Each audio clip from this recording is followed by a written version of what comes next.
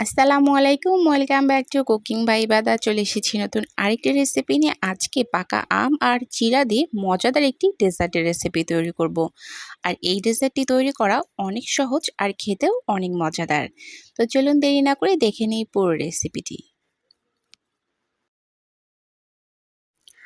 আম আর চিড়ার এই মজাদার ডেজার্টটি তৈরি করার জন্য আমি এখানে 250 গ্রাম পরিমাণে চিড়া নিয়ে নিয়েছি আর নিয়েছি 3টা পাকা আম। চিড়াগুলো ডেজার্টের মধ্যে ব্যবহার করার আগে অবশ্যই চিড়াগুলো একটু পরিষ্কার করে নিতে হবে। তো আমি আগে একটা চালনির সাহায্যে চিড়াগুলো পরিষ্কার করে নিয়েছি। এখন পানি দিয়ে ধুয়ে নিব। 2 থেকে 3 বারের মতো পানি পাল্টিয়ে আমি চিড়াটা ধুয়ে পরিষ্কার করে নিয়ে নিব।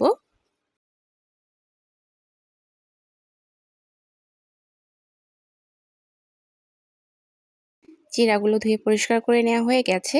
এখন এক্সট্রা যে পানিগুলো আছে সেটা ঝরিয়ে আমি একটা বাটির মধ্যেই নিয়ে নিচ্ছি আর চিড়াগুলো একটু ছড়িয়ে রেখে দিচ্ছি।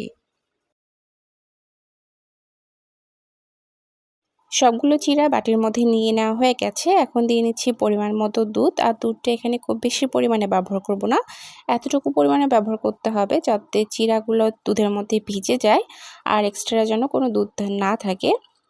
দুধটা দেওয়ার পরে এখানে দিয়ে নিচ্ছি 2 টেবিল চামচ পরিমাণে চিনি। চিনিটা দেওয়ার পরে এই সব কিছু ভালো মতো মিক্স করে নিয়ে আমি কিছুক্ষণের জন্য সাইডে রেখে দিব।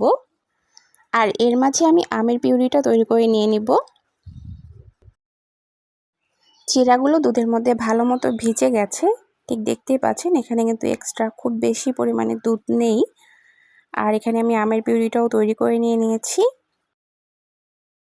আর লাগবে মিষ্টি দই। আর এই দইটা আমি বাসায় তৈরি করেছিলাম, ছোট্ট একটা হাঁড়ির মধ্যে আমি দইটা তৈরি করেছিলাম। তো ওই দইটাই আজকে এখানে ব্যবহার করব। আপনারা বাজার থেকে কিনে নিয়ে আসা মিষ্টি দইটাও এখানে ব্যবহার করতে পারবেন। এরপরে 2টা বাটি নিয়ে নিয়েছি। বাটির মধ্যে প্রথমে আমের পিউরিগুলো দিয়ে নিচ্ছি। আর এখানে আমি ফ্রেশ আমের পিউরিটাই ব্যবহার করছি, এখানে এক্সট্রা কোনো চিনি বা কোনো কিছু ব্যবহার করিনি।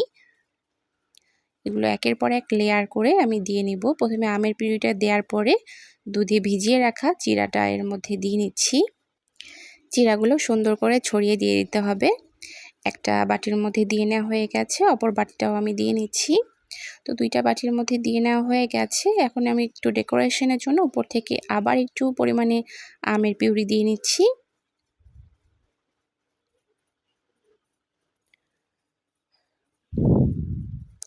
এরপরে মিষ্টি দইটা দিয়ে নিচ্ছি।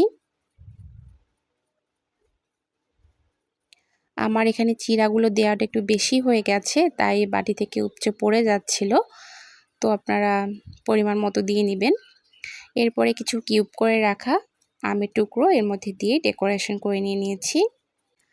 ব্যাস তৈরি হয়ে গেল পাকা আম আর চিড়ার মজাদার ডেজার্ট।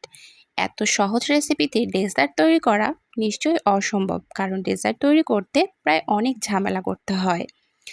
আর এই ডেজার্টটি তৈরি করতে তেমন কোনো ঝামেলা নেই, ঝটপট তৈরি করা যায় আর সাথে সাথে খেয়েও নেওয়া যায়। ডেজার্টটি তৈরি করার পর ফ্রিজে রেখে ঠান্ডা করেও পরিবেশন করে নিতে পারবেন, এতে করে ডেজার্টটি খেতে আরও বেশি মজা লাগবে। পাকা আম আর চিড়ার এই মজাদার ডেজার্টটি অবশ্যই বাসায় তৈরি করবেন আর পরিবারের সবার সাথে শেয়ার করবেন। আশা করব বাসার সবাই অনেক বেশি পছন্দ করবে আর বিশেষ করে বাচ্চারা অনেক পছন্দ করবে।